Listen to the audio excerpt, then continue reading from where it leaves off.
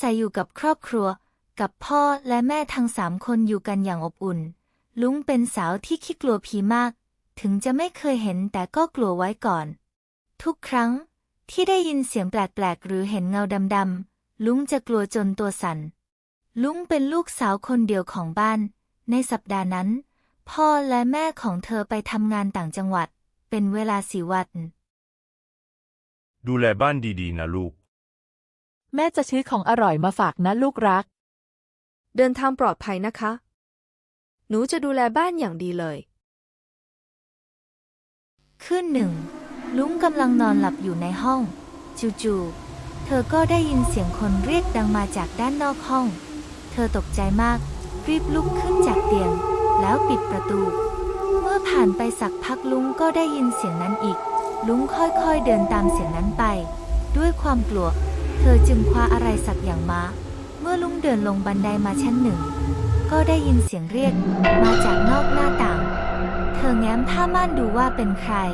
แสงจากชั้น2ส่องลงมาให้เห็นเด็กผู้หญิงคนหนึ่งกำลังยืนร้องไห้อยู่ใต้ต้นไม้เด็กผู้หญิงคนนั้นมีผมยาวสลวยผิวขาวใส่ชุดสีดำหน้าหนูเนียนดวงตากลมโตลุงตกใจจนตัวแข็งทื่อเหงื่อนี่ไหลออกเป็นสายเลยไม่รู้จะทำอะไรดีได้แต่บอกตัวเองว่าตั้งสติบางที่นั่นอาจเป็นคนก็ได้ทันใดนั้นเด็กผู้หญิงคนนั้นก็เดินเข้ามาหาแล้วพูดว่าพี่ช่วยหนูหน่อยได้ไหมคะ หนูหลงทาง ลุงรวบรวมความกล้า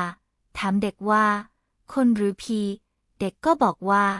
คนค่ะลุงยื่นมือไปจับแขนของเด็กพลางคิดในใจว่าก็ยังอุ่นนี่เธอเห็นเด็กผู้หญิงคนนั้นดูน่าสงสารจึงตอบตกลงจะช่วยลุงพาเด็กผู้หญิงคนนั้นเข้าไปในบ้านแล้วให้อาหาร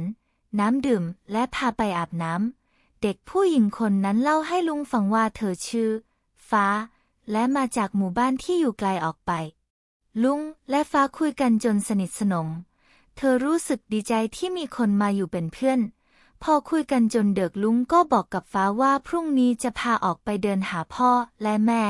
จากนั้นสักพักก็พาเข้านอนแต่แล้วเมื่อตื่นมาลุงก็พบว่าฟ้าหายไปจากบ้านเธอไปตามหาฟ้าจนทั่วหมู่บ้านแต่ก็ไม่พบ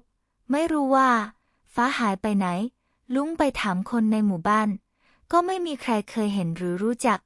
เธอคิดว่าฟ้าอาจจะคิดถึงพ่อและแม่มากเลยออกไปตามหาคนเดียวคืนนั้น